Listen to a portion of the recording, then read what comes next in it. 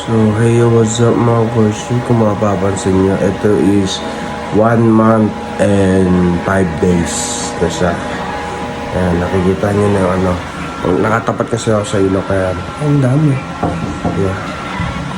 At ito na nga mga Koshi, ito na ang 4th session and last. So actually pwede kayo mamili ng 4, 8, tsaka 12 session, pero kasi dahil pinili ko lang yung 4 session dahil hindi na kaya na nga ng budget. At ito na nga, mapapansin nyo yung iniinom namin na gamot.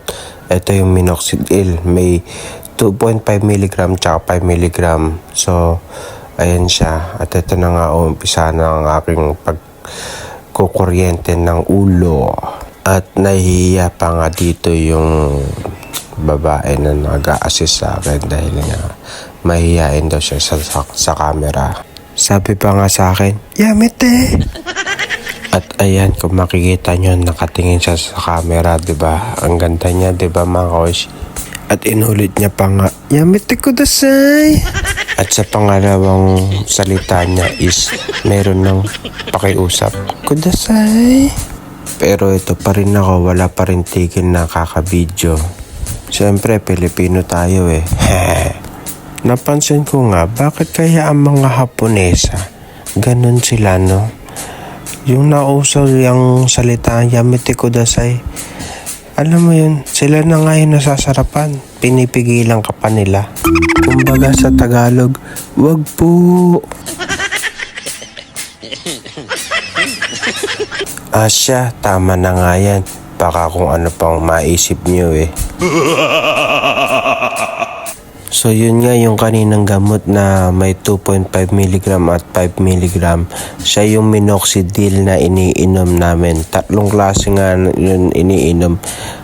Merong vitamins tsaka zinc tsaka yung minoxidil na yan.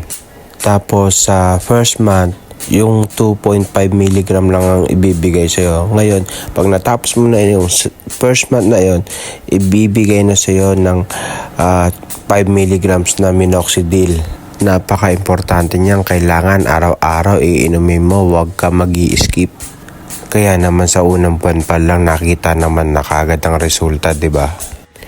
Pero sabi nga ng doktora na first month or second month, maglalagas pa yan kasi papalitan niya mga luma, papalitan niya ng bago. Pero yun na nga, kung nakikita mo na tumutubo na, bakit pa maglalagas?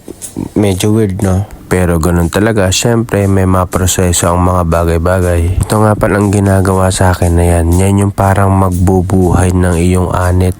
So may kuryente siya na may kasamang gamot. Ayan, para may tumutusok-tusok sa ulo mo yan. Sayang lang talaga kung kakayanin pa ng budget, wala na kasi.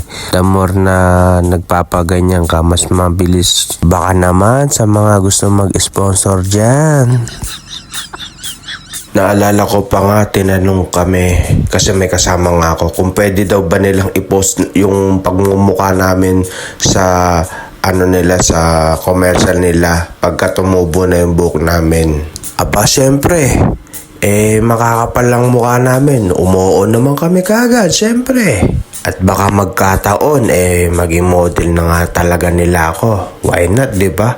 Syempre yan ang kailangan ko, yung extra money. O siya, hanggang dito na lang mga Koshi. Update ko na lang kayo sa ika-2 buwan nito. Hanggang sa muli, babush!